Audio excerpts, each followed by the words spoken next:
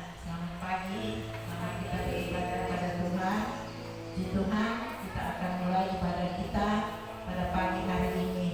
Kita mau angkat pujian yang mengatakan berkat kemurahan-Mu mari kita bangkit berdiri bersama. Puji Tuhan. Terima kasih kepada Ibu Gembala yang sudah mempercayakan saya untuk memandu pujian. Biarlah Tuhan Yesus senantiasa memelihara, memberkati kita senantiasa.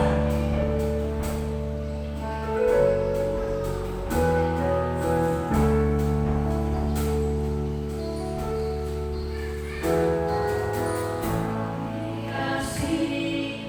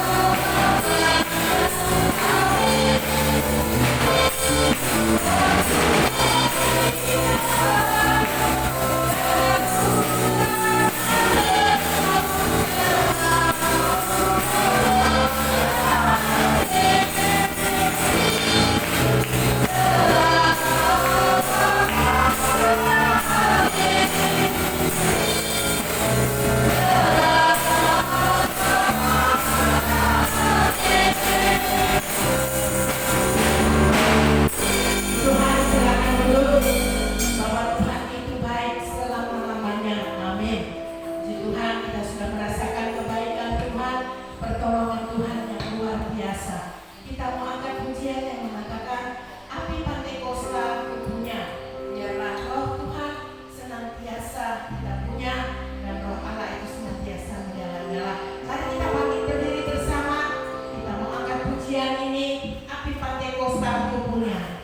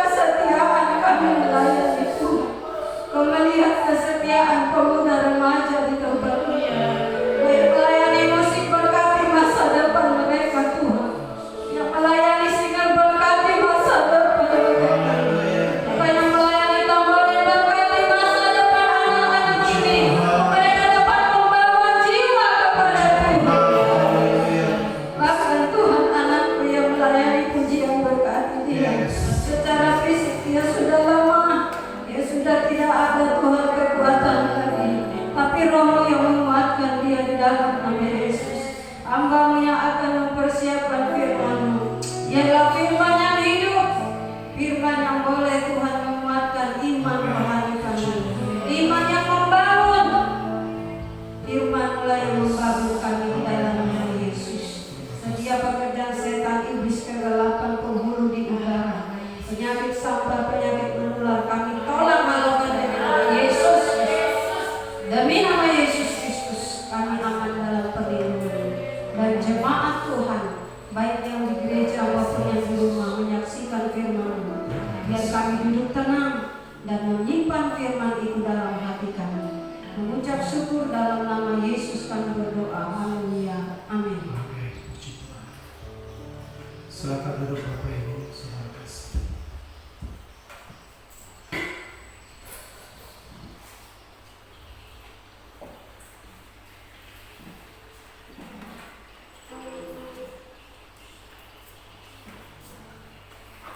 Haleluya.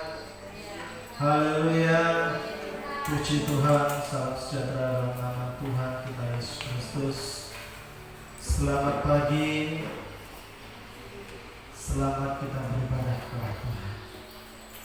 Sebelumnya saya ingin kita sama-sama salam Pantekosta 3 kali ya.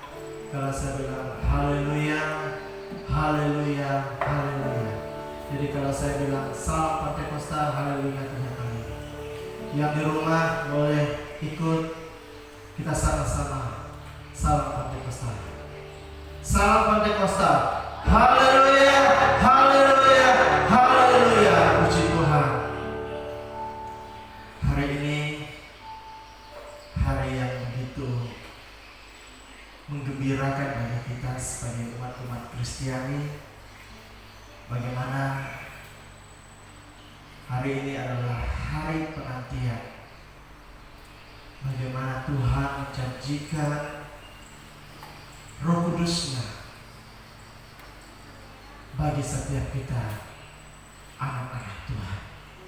Kita akan membuka kebenaran firman Tuhan dalam kitab Kisah Para Rasul pasal yang kedua ayat yang ke-46. Sebelumnya saya ucapkan terima kasih kepada Ibu Gembala Sidang yang ada tempat ini yang memberikan kesempatan buat saya untuk menyampaikan firman Tuhan di pagi hari ini. Dan kita akan buka kebenaran firman Tuhan sekali lagi dalam kitab Kisah Para Rasul pasal yang kedua ayat yang pertama sampai ayat yang keempat. Yang sudah mendapatkan katakan haleluya. Puji Tuhan. Saya undang jemaat Tuhan untuk bangkit berdiri. Saya akan membaca ayat yang ganjil dan Bapak Ibu Saudara membaca ayat yang genap. Demikian firman Tuhan. Lembaga Alkitab memberikan perikop yaitu Pentakosta. Ketika tiba hari Pentakosta, semua orang percaya berkumpul di suatu tempat.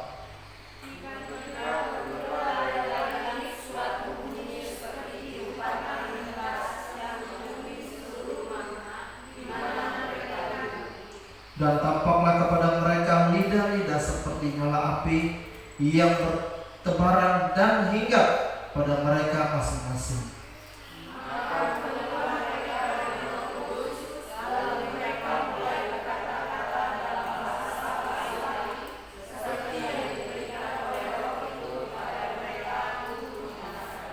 Puji Tuhan, silakan duduk. Saya memberikan tema firman Tuhan pada pagi hari ini yaitu pencurahan Roh Kudus. Ya. Kita tahu bersama pada hari ini adalah hari Pentakosta atau yang disebut dengan hari ke-50, ya. Atau juga disebut dengan hari pencurahan Roh Kudus. Ya. Kok bisa dikatakan hari yang ke-50, Bapak Ibu? Ya. Hari yang ke-50 ini terhitung dari ketika dia bangkit dari antara orang mati. Ya. Jadi hari Pentakosta itu adalah hari ke-50 dari Yesus bangkit dari antara orang mati dan juga disebut dengan hari pencurahan Roh Kudus. Ya, bagaimana Yesus menjanjikan sesuatu kepada murid-muridnya dan juga kepada kita. Ya, kita buka ke belakang sejenak dalam Kisah Rasul pasal 1 ayat yang keempat dan yang kelima. Yesus menjanjikan sesuatu untuk kita dan murid-muridnya. Ya, apa dikatakan? Pada suatu hari ketika ia makan bersama-sama dengan mereka, ia melarang mereka meninggalkan Yerusalem dan menyuruh mereka tinggal di situ menantikan janji Bapa. Yang demikian katanya, telah kamu dengar daripadaku, sebab Yohanes membaptis dengan air, tetapi tidak lama lagi kamu akan dibaptis dengan Roh Kudus. Ya, Yesus menjanjikan Roh Kudus kepada murid-muridnya, dan itu juga dijanjikan kepada kita sebagai anak-anak Tuhan, sebagai umat Kristiani. Namun bagaimana respon kita, Bapak? Bagaimana kita menanggapi perkataan yang Yesus ucapkan pada saat itu? Dan Yesus menjanjikan sesuatu untuk kita miliki. Ya. Bagaimana respon kita? Apakah kita menanggapi dengan serius atau kita hanya menanggapinya dengan angin lalu begitu saja? Tetapi kita bisa melihat, ya, hari ini kita bisa melihat bagaimana murid-murid Yesus menanggapinya. Di ayat yang pertama, di pasal yang kedua, di ayat yang pertama, ketika tiba hari Pentakosta, semua orang percaya berkumpul di suatu tempat. Mereka berkumpul, mereka bersatu. Ya, kira-kira Bapak Ibu ketika mereka berkumpul di situ, apa yang mereka lakukan? Apakah mereka hanya bincang-bincang masalah hal-hal dunia?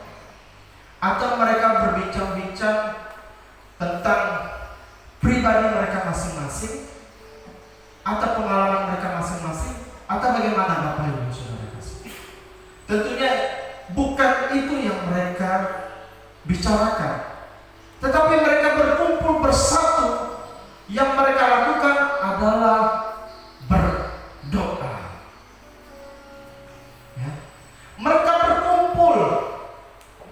Sayangnya kita tahun ini tidak bisa bersama-sama berkumpul. Ya. Tetapi saya percaya jemaat Tuhan yang ada di rumah, kita bisa berkumpul dengan keluarga kita masing-masing. Kita bisa berkumpul dengan anak dan istri kita, bahkan dengan suami kita. Kita bersekutu dengan Tuhan, meminta supaya kita dipenuhi oleh Roh Kudus, sama seperti yang dilakukan oleh murid-murid Yesus pada saat itu. Mereka taat, mereka berkumpul. Ya, apa yang Yesus ucapkan kepada mereka, mereka tidak membantah. Tetapi Yesus menyuruh mereka berkumpul. Jangan engkau tinggalkan Yerusalem. Mereka taat, ya. Mereka taat. Mereka berkumpul dan mereka menantikan janji dari Bapa itu.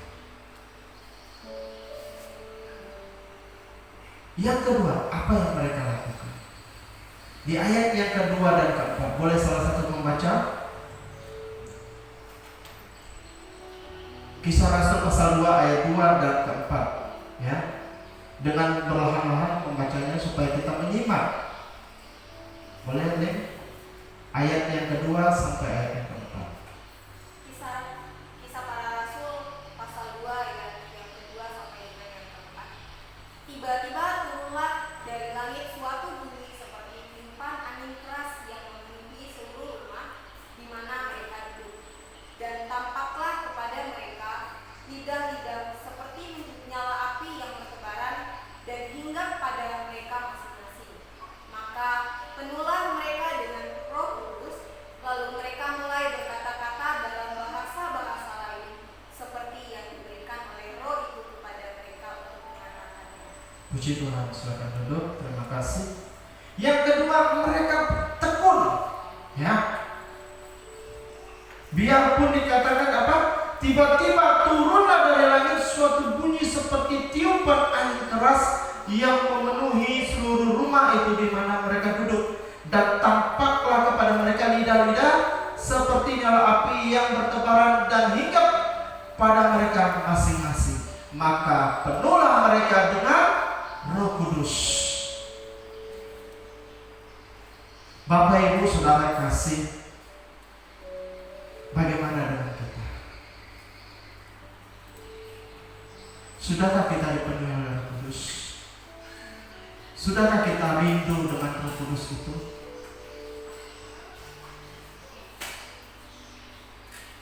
Bagaimana respon kita terhadap Roh Kudus?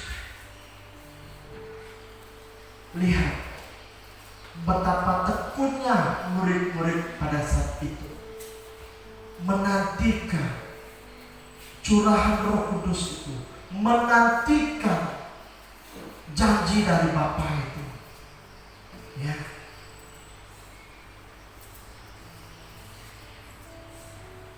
Mereka tidak pergi meninggalkan Yerusalem sampai mereka dipenuhi oleh Roh Kudus. Bagaimana dengan kita? Mungkin, ya, ini mungkin ya Bapak Ibu.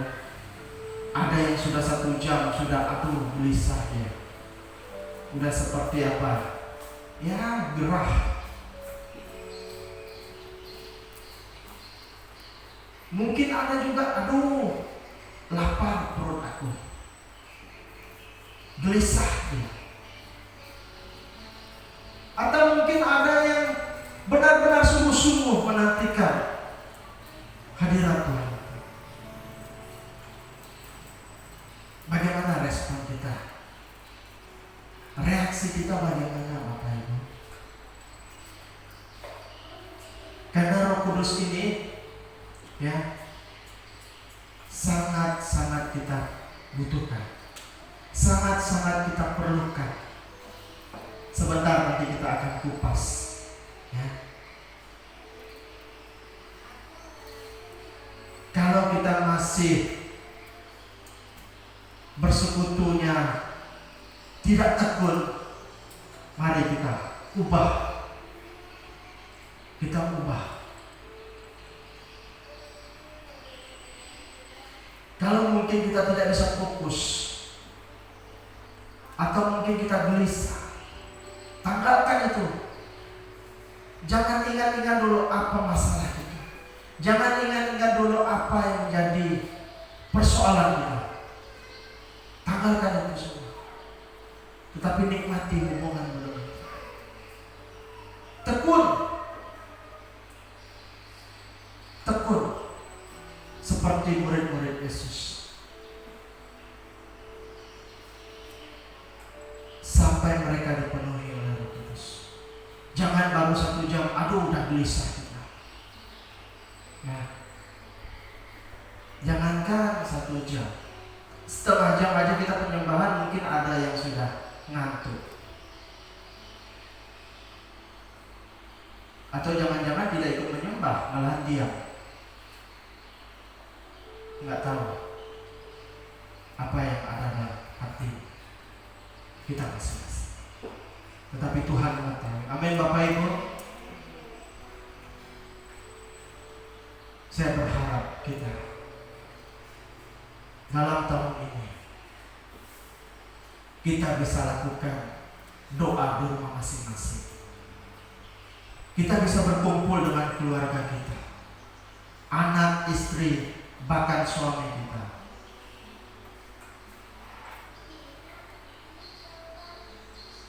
Kita bisa tekun berdoa, menantikan janji Tuhan itu. Ya.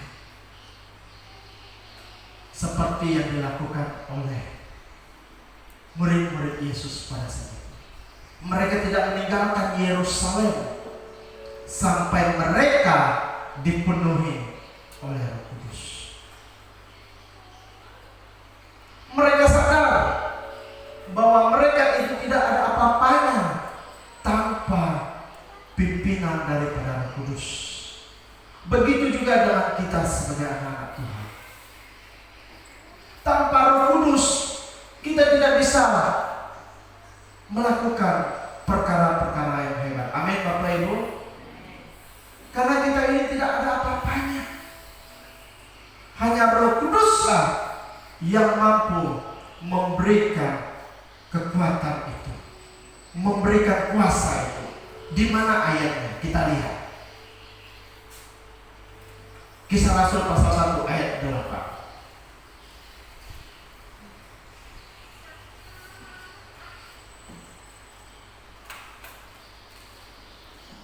Error. Oke. Kita baca. Kisah Rasul pasal 1 ayat yang ke-8 dikatakan, tetapi kamu akan menerima kuasa kalau Roh Kudus turun atas kamu. Ada kata apa? Kuasa. Kalau kita mau menerima kuasa daripada Tuhan itu, berarti kita harus dipenuhi oleh Roh Kudus. Jadi Bapak Ibu Saudara kasih,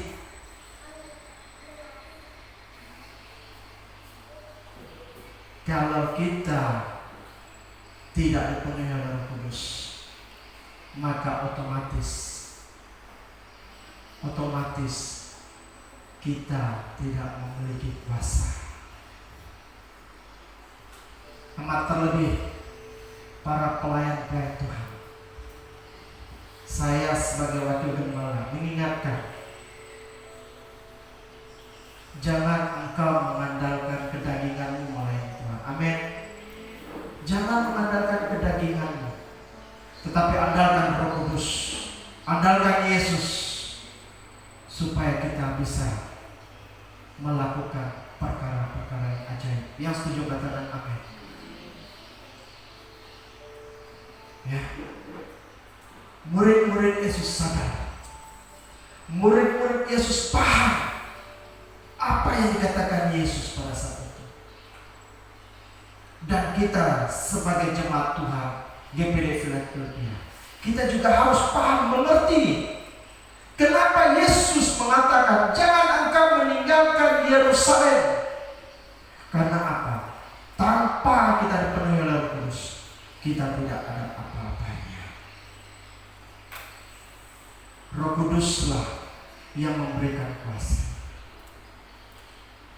Ketika saya di sekolah Alkitab, Bapak Ibu Saudara kasih, saya tidak pernah meminta yang lain, hanya satu. Saya minta sama Tuhan, Tuhan, urapi aku dengan Roh, pakai aku dengan luar biasa. Hanya itu saja minta sama Tuhan pada saat sekolah kita. Amat terlebih ketika doa puasa 3 hari 3 malam, saya minta kepada Tuhan, Tuhan, penuhi aku dengan Roh-Mu, urapi aku, pakai aku dengan luar biasa. Mungkin ada orang yang mengatakan, Tuhan berikan aku kekayaan, mungkin bisa saja.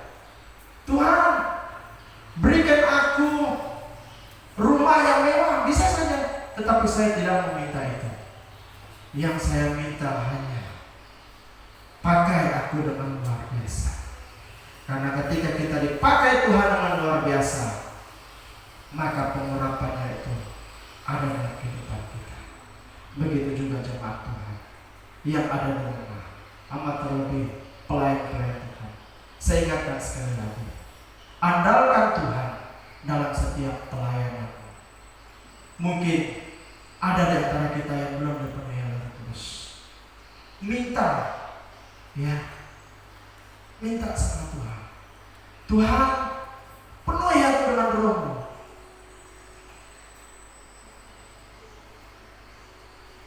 Minta sama penuhi aku dengan karunia. Karena tanpa Roh Kudus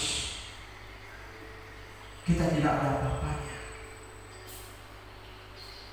Kita tidak ada kuasa, hanya kedagingan, dan itu tidak menjadi berkat.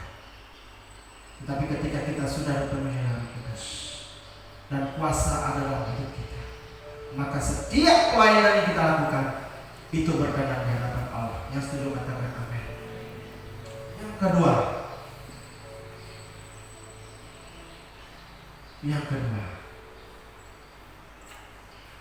masih di ayat yang ke-8.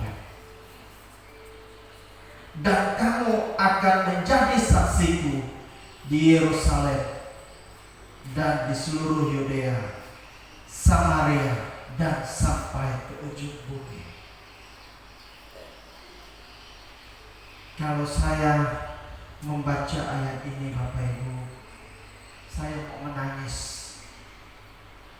Ya, arti boleh digarisbawahi, kata saksiku ini dalam bahasa aslinya, ya, itu menggunakan kata marturia.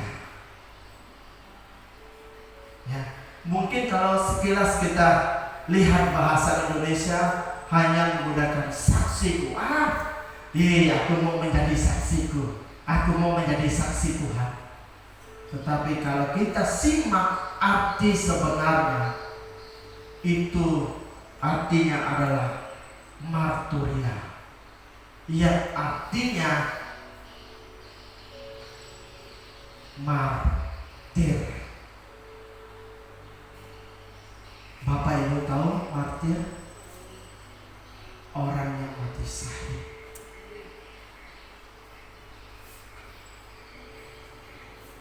Ketika saya menyimak ayat ini, kata demi kata,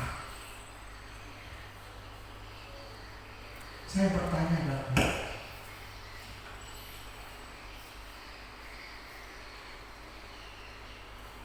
saksiku, sudah siapkah kita menjadi saksi? Sudah siapkah kita menjadi saksi Tuhan yang sebenarnya? Bahkan sampai martir.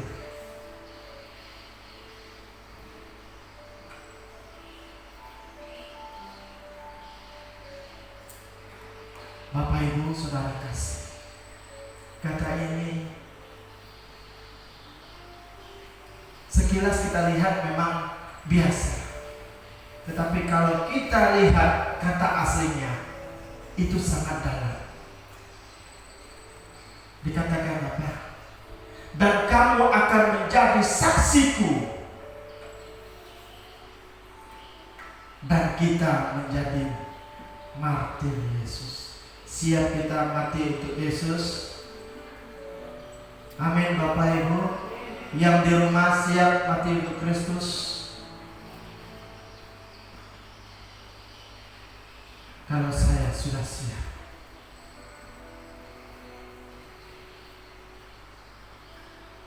karena Roh Kudus ada dalam hidup saya.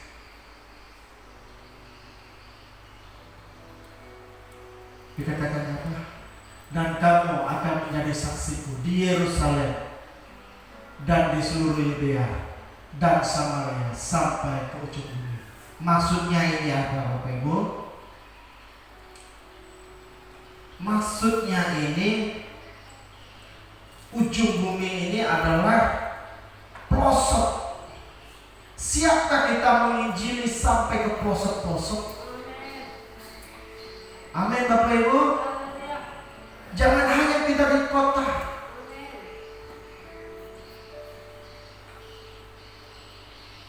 Kesaksian sedikit Bapak Ibu.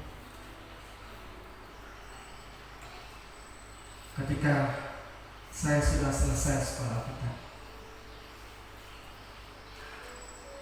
saya baru menginjak kaki ke daerah ujung, yaitu pelayanan tempat Pendeta Arifin Kasela. Saya melihat bagaimana di sana yang perjalanannya sangat-sangat memperhatikan.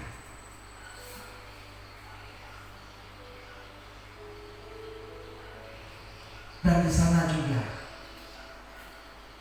banyak orang-orang Kristiani yang haus, yang rindu untuk mendengarkan firman. Dan saya kemarin pergi ke sana, dan itu adalah suatu kebanggaan yang sangat luar biasa. Karena apa? Saya tidak hanya mengabarkan firman di kota saja, tetapi sampai ke ujung, sampai ke pelosok-pelosok.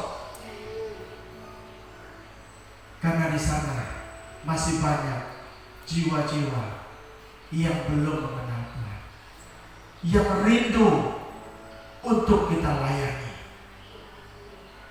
Dan ternyata di ujung bumi ini artinya di mana kita menginjakkan kaki, itulah ujung bumi. Ya. Kalau kita menginjakkan kaki kita di sini, berarti di sinilah ujung bumi. Kalau kita menginjakkan kaki di nama orang, berarti itulah ujung bumi.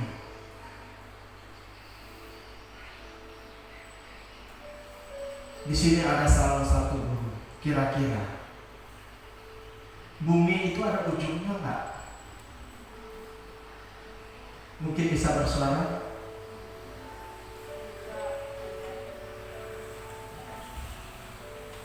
Apa ini? Bumi itu ada ujungnya? Tidak. Bumi itu tidak ada ujungnya.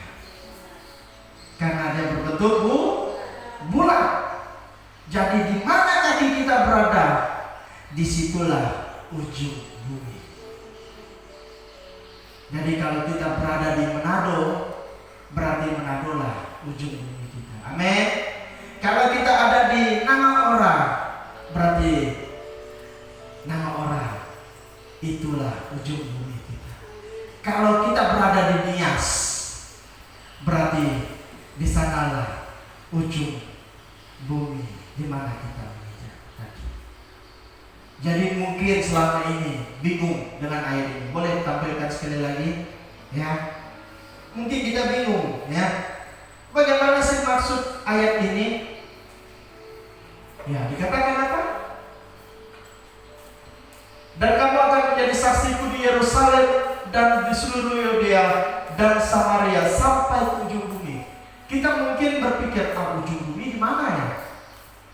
Mungkin orang-orang yang berpendidikan mungkin berpikir, bumi ini kan bentuknya bulat, adakah ujungnya? Nah, kalau mungkin orang-orang yang cuek atau yang nggak mau tahu, ya masa bodoh lah. Tetapi hari ini kita baca bahwa ujung bumi itu adalah di mana kita meletakkan kaki kita, disitulah ujung bumi. Berarti kalau kita ada di Pontianak, seperti ada pemuda kita yang bekerja di sana, berarti disitulah ujung buminya. Jadi kalau kita berada di tengah timur, kita menginjakkan kaki kita di sini, berarti inilah ujung bumi kita. Dan pertanyaannya sekarang, siapkah kita menjadi saksi Kristus itu? Amin. Amin. Oma-oma, anak-anak muda, siap kita menjadi saksi Kristus? Yang setuju katakan amin. Ya. Jadi kita jangan repot-repot.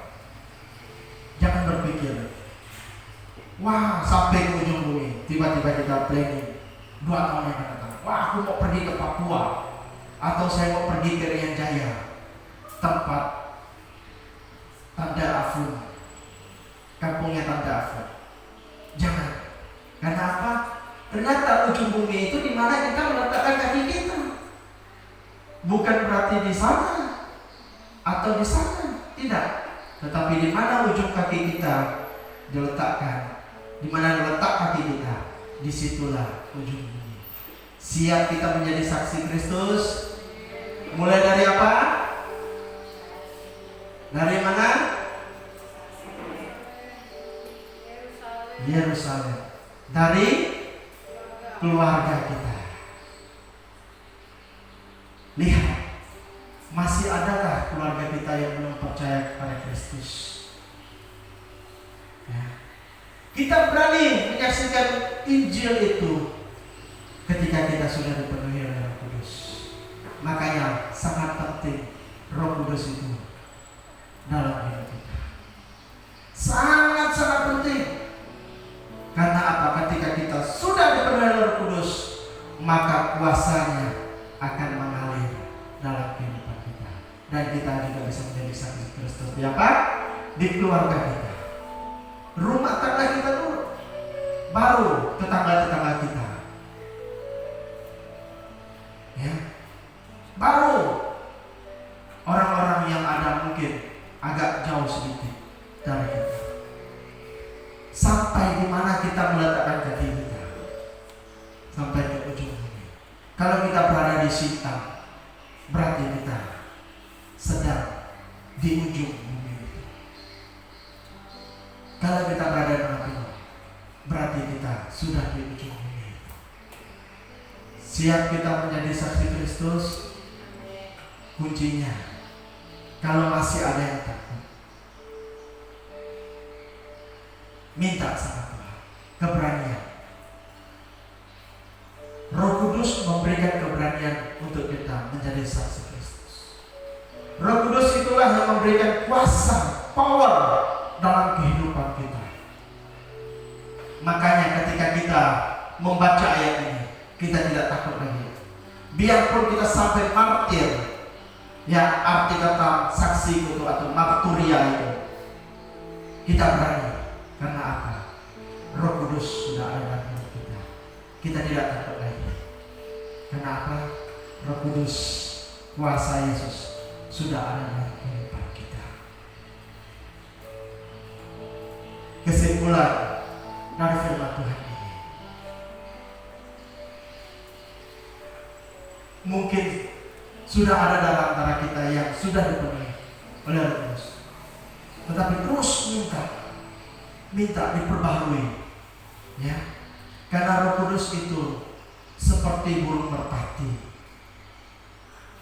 Dia bisa terbang kalau kita tidak pelihara, ya. Kalau kita tidak pelihara, Roh Kudus itu bisa terbang dari diri kita, pergi, ya. Roh Kudus itu mau tempatnya bersih. Dia mau tempatnya itu yang benar-benar, yang haus, rindu akan Roh Kudus. Kalau kita tidak haus, ya, maka Roh Kudus itu akan pergi.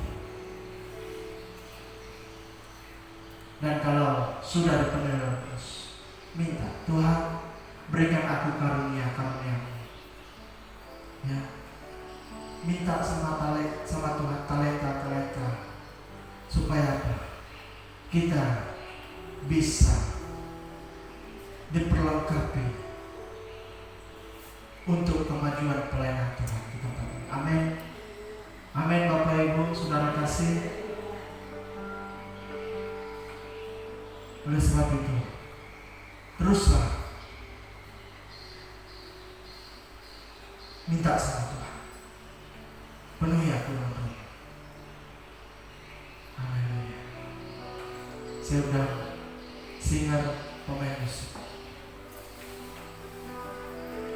Yesus. Yesus. Bekerjalah, ya Roh Kudus, berkatalah.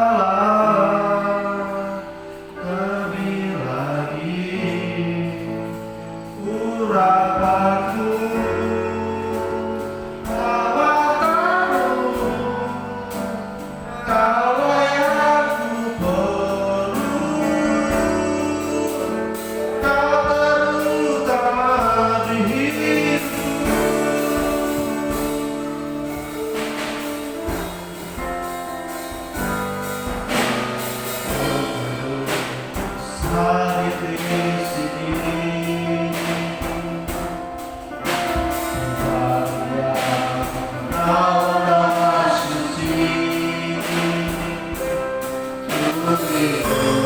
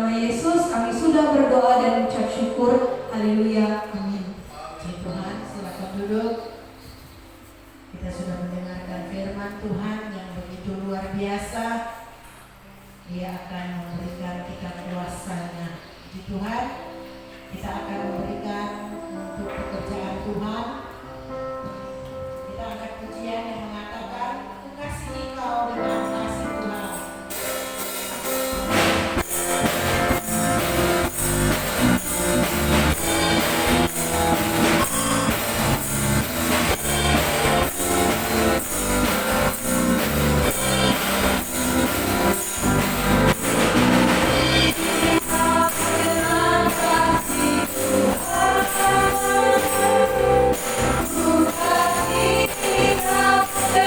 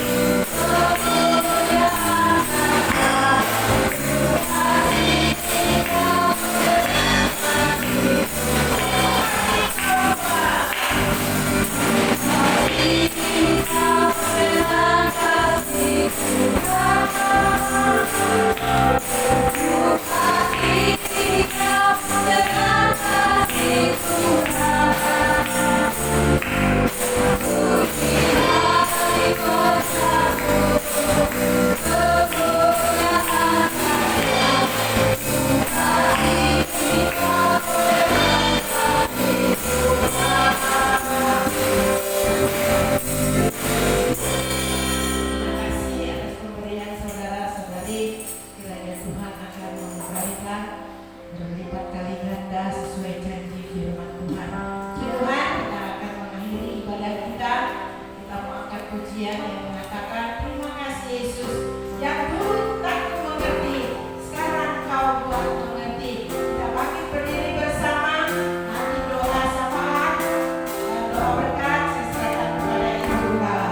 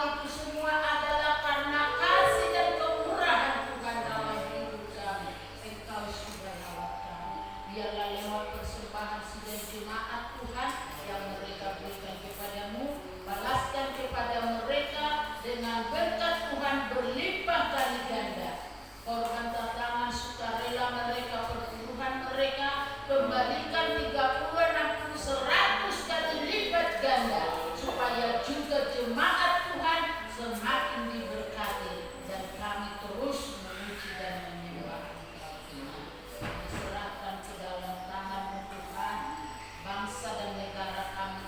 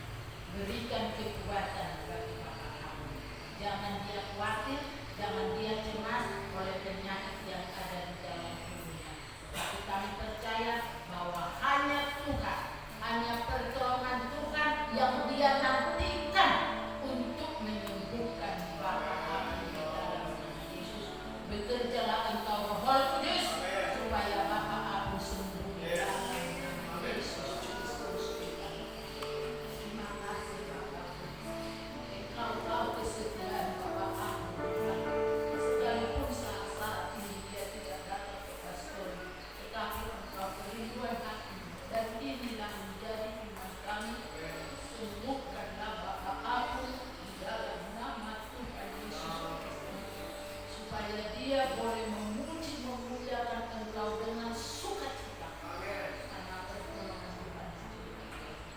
Maupun Bapak Peter Tuhan, sembuhkan segala kelemahan-kelemahan tubuhnya, biarlah terus dia ada sukacita damai sejahtera untuk dia boleh memuliakan Engkau. Setiap rumah tangga lepas rumah tangga sidang jemaat Tuhan, berkatilah mereka sebagaimana pegawai negeri swasta, pengusaha, pedagang, petani, peternak, perkebunan mereka. Berkati semuanya Tuhan, supaya tetap mereka melihat bahwa Tuhan yang berkuasa tidak akan kekurangan anak-anak Tuhan yang percaya kepadamu di dalam nama Yesus Kristus Tuhan kami. Anak-anak kami yang duduk di bangku pendidikan, tetap berikan hikmat, akal budi, kecerdasan bagi mereka. Bahkan yang di perkuliahan Tuhan, Engkau akan tetap campur tangan di dalam nama Yesus. Mereka yang sudah bekerja Tuhan, Engkau tetap berkati pekerjaan mereka, supaya mereka bisa menjadi contoh, menjadi teladan bagi teman-teman mereka dimanapun mereka bekerja, dan nama Tuhan dipermuliakan. Bahkan usaha seluruh sidang jemaat-Mu, Tuhan Engkau sudah memberkati. Terima kasih Tuhan. Kami juga berdoa buat para dokter, tenaga medis, perawat Tuhan di seluruh Indonesia ini, dimanapun mereka berada Tuhan, di saat-saat menghadapi COVID-19 ini.